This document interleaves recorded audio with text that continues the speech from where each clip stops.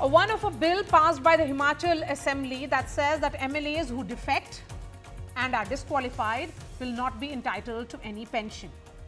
While the Sukhu-led Congress government says that the move is to discourage defections, the BJP has slammed the move, calling it rushed and ill thought out.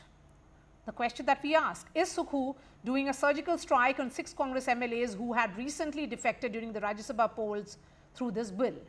And is this a reform or an attempt to muzzle the dissenting voices? Joining me first on the show is Himachal Minister Vikramaditya Singh. Vikramaditya, thank you so much for speaking to NDTV. A lot of questions are being asked on the necessity of a legislation of this nature. Is this not about targeting your defectors?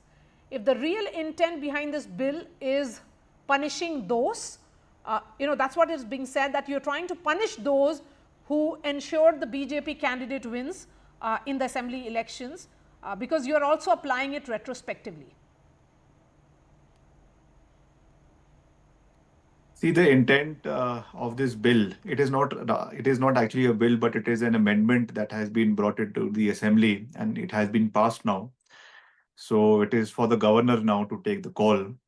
But the intent behind this is because the kind of horse trading that had taken place in Himachal Pradesh during the last Rajya Sabha elections, and the kind of message that it sent out at large in the entire country, is something that the people of Himachal Pradesh did not appreciate.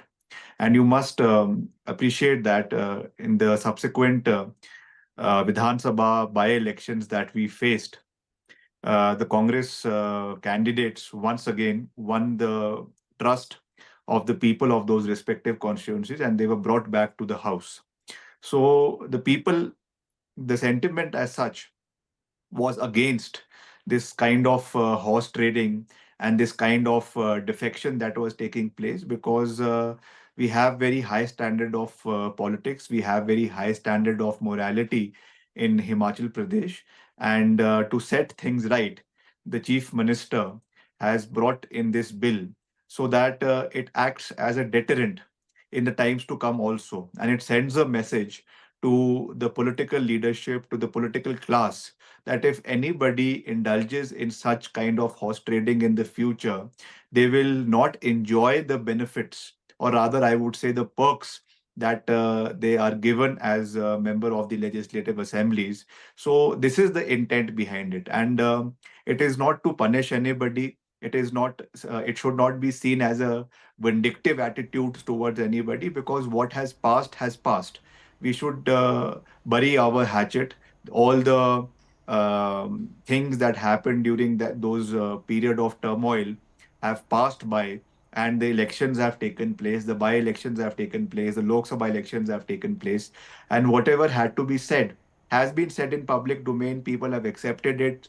At times, people have rejected it, but this is not to settle any political scores. It is merely to, as I said, to set the standards straight, so that in the times to come, it acts as a major deterrent for horse trading. We know that the anti-defection bill is in place in Himachal, in the entire country for that matter. But a lot of times we see that they take the shortcoming of the 2/3 majority, or in this case, as they cross voted. So it should be seen in that context Okay, only. so you are saying that the intent of this government to bring this legislation was, or amendments, was to stop horse trading. But your political opinions are of the opinion, and this is also sending a message that your government is jittery of a possible consequence which may follow in the next few months or a year, that you do not really have the right kind of support within your own party. It is not, that is not the case at all. In these, as I just stated, that in these by-elections which happened in Himachal Pradesh, out of the 9 assembly seats that we faced, we have won in 6 assembly seats. So the message of the people is very clear, that they do not want and they do not appreciate these kind of activities that happened in Himachal Pradesh, and it happened for the first time. My father also had been Chief Minister of Himachal Pradesh for a very long time, for a record 22 years. And even before that, from the time the state came into existence, we haven't seen this kind of things in Himachal Pradesh, though it's a regular feature now in, in other states, be it Maharashtra or Madhya Pradesh or other areas, but it has never happened in Himachal Pradesh. So it was just to set this thing right that this has been brought in, and there should be no political connotations with regard to this bill. Okay, so what will you tell those who are saying that this is also that the BJP, the BJP is saying that your government is running a state which is almost bankrupt. I mean, in terms of the finances of the state, it's really, really bad. And you have no option but to cut pensions. So you're trying to do some kind of financial management. The disaster that we saw, the unprecedented and the unmitigated disaster that we saw in Himachal Pradesh, whereas so many lives were lost. There was loss of life, there were loss of roads, there were loss of bridges. But I'm sorry to say that we did not get the kind of support that the central government should have given. And even in the union budget this time, Nirmala Sitharaman ji, the union finance minister, she spoke of Uttarakhand, she spoke of Meghalaya, she spoke of Arunachal Pradesh in different language. But when it came to Himachal Pradesh, they said that they will try and provide support to Himachal Pradesh. So this kind of, I would say, this kind of attitude towards Himachal Pradesh, just because it is a Congress ruled state, I think it is against the scheme of the constitution and the idea of India, where we have a union of states, and irrespective of which party is there in the center or in the state, center should act as an elder brother to the state. So that is not there. And also this financial mess that we are in today, it is not because of the current government. We have inherited a debt of almost 75,000 crores from the previous BJP government. And I would also say that the previous Congress government also added to it. I am not politicizing this issue. This has been going on since, I think, 1993. That was the last year when it was a revenue surplus state. After that, we've been a revenue deficit state. So we have to work on this. But I think we need bipartisan politics in this. We need people from both sides coming together and working towards how we can come out of this debt trap. And let me remind you that it is not only Himachal. If you talk about the neighboring state Punjab, they are under a debt of almost 5 lakh crore. We are only under a debt of 80,000 crores. So it is not that we cannot come out of it, but yes, we need strong fiscal measures. We need prudent measures, and we need to have revenue management, so that in the times to come, we come out of this debt trap that currently we are in. Okay, my last question to you, Vikramaditya.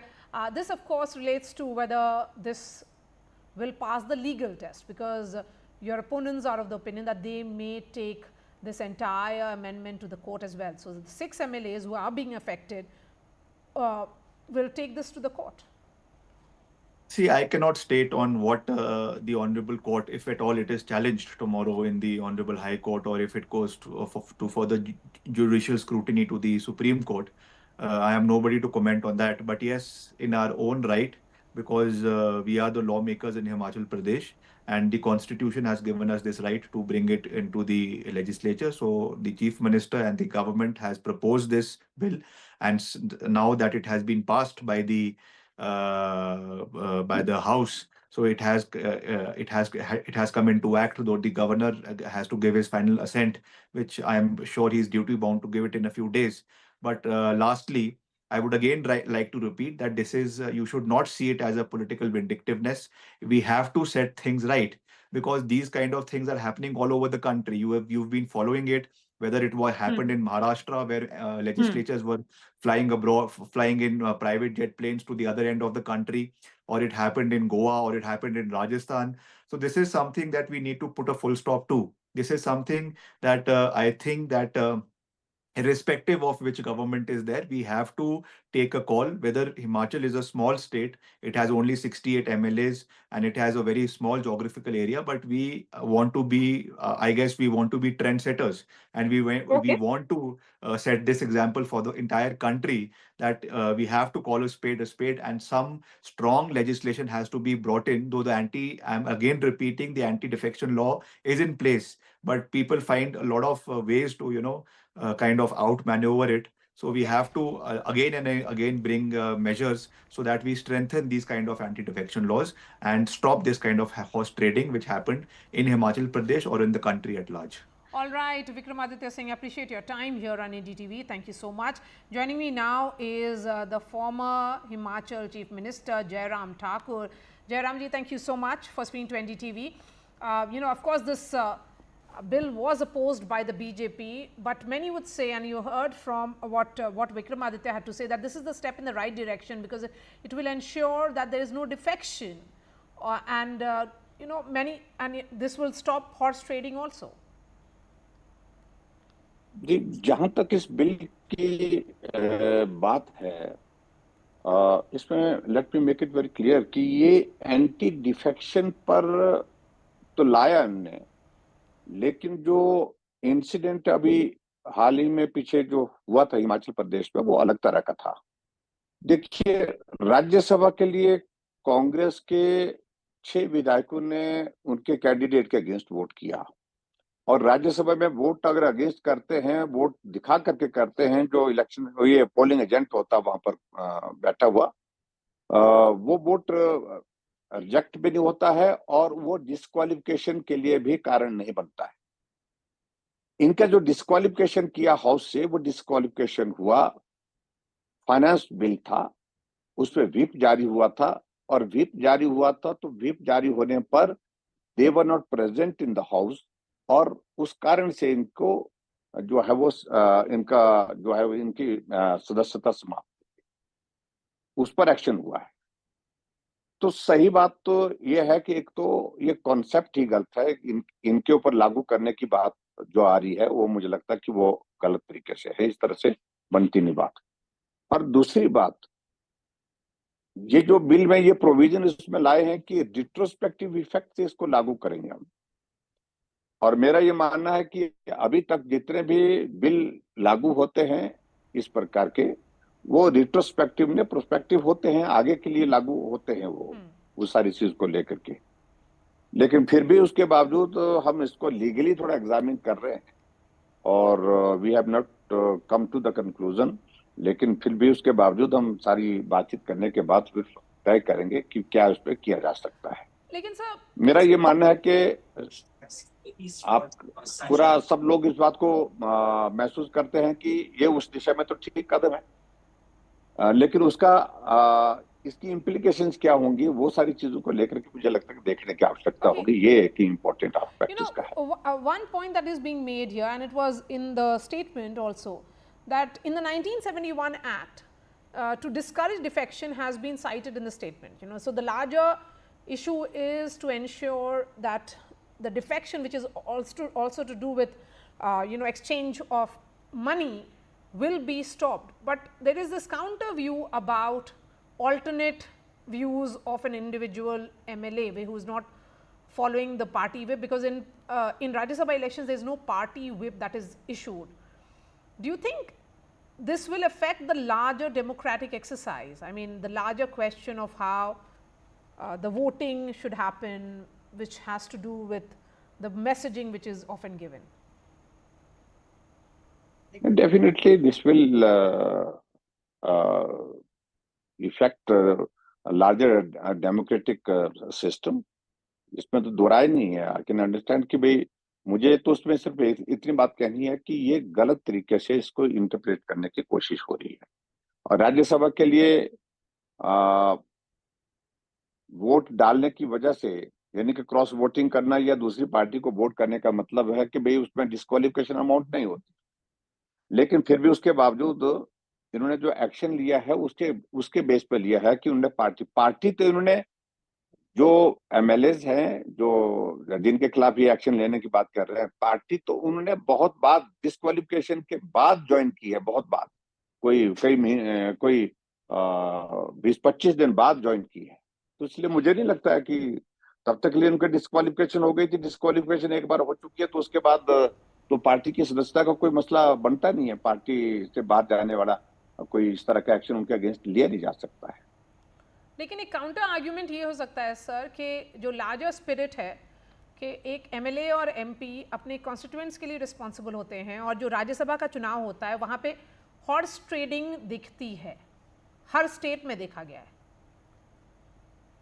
Definitely इसका impact वो तो होगा, इसमें तो दो राय नहीं, इसका impact वो तो होगा। लेकिन फिलहाल जिस तरह से अभी इसको लागू करने के लिए जो जल्दबाजी की है, जो पहल की है, उसमें एक ही चीज आ रही है कि एक तो राजनीतिक प्रतिशोध यानी कि बदले की भावना से इशारा किया गया, और दूसरा इसके जो एस्पेक्ट, जो टेक्निकल एस्पेक्ट जो है वो अभी तक उस तरह डिटेल में डिस्कस हुए नहीं है। बिल तो पारित कर दिया क्योंकि they have majority in the house, इसलिए उन्हें बिल तो मेजोरिटी के साथ पास कर दिया। लेकिन हमने कहा कि इसको होल्ड करिए, इसको हम एक बार जो सेलेक्ट कमेटी में डालिए इसको, या इसको वापस करिए, इसको एक बार हम डिस्कस कर लें सब लोग, और उसके बाद ये हमारे डेमोक्रेटिक सिस्टम को किस प्रकार से प्रभावित करता है, इस सारी चीज को लेकर के एक बार प्रॉपर जो है वो स्टडी होना चाहिए, पूरा इसका एनालिसिस होना चाहिए, उसके बाद हमको करना चाहिए। लेकिन चीफ मिनिस्टर जो है वो बहुत जल्दबाजी में थे, उनको लगता था कि मेरी सरकार बची है, मुश्किल से बची है, और ऐसे में जो है बिल्कुल मुझे इनके खिलाफ कार्रवाई करनी है और सख्त कार्रवाई करनी है। This is what he feels. एक ये भी व्यू है कि इसकी वजह से जो स्टेट के फाइनेंसेस पे सवाल हो रहा है, क्योंकि स्टेट के कॉफर में पैसे नहीं हैं गवर्नमेंट ऑफिशियल्स को पेमेंट करने के लिए, तो अगर पेंशन नहीं देंगे कुछ लोगों को तो ये पैसा बचेगा। नहीं ठीक है, इसमें देखिए इस वक्त हिमाचल प्रदेश में आर्थिक संकट तो है ही है, और उसके लिए किसी और को दोषी ठहरा नहीं सकते हैं। 2 साल का कार्यकाल कांग्रेस पार्टी का हो गया, मुख्यमंत्री का होने वाला भी है दिसंबर के महीने में, 2-3 महीने के बाद। तो इसलिए इनको इस बात को रियलाइज करना चाहिए कि सिचुएशन पहले से खराब चल रही। ये फाइनेंशियल मैस क्रिएट कर दिए, 6 पार्लियामेंट्री सेक्रेटरी बना दिए, कैबिनेट रैंक के साथ चेयरमैन वाइस चेयरमैन बना दिया, एडवाइजर बना दिए, सारे कैबिनेट रैंक के साथ है। और भारी भरकम जो है वो ऑफिस में जो ओएसडी बना दिए, उनमें से भी कैबिनेट रैंक के साथ हैं कुछ। तो ये तमाशा बना हुआ है, और निश्चित रूप से ये हिमाचल के इतिहास में पहली बार हुआ जब एम्प्लॉयज की सैलरी ड्यू डेट जो 1 तारीख होती है उस तारीख को मिलती है, वो नहीं मिली। आज 4 तारीख हो गई, और उसी तरह से जो हमारे पर्टिकुलरली जो पेंशनर्स हैं उनकी पेंशन नहीं मिल पाई। तो बहुत बड़ा फर्क पड़ेगा, इसका बहुत बड़ा असर पड़ेगा इस चीज का।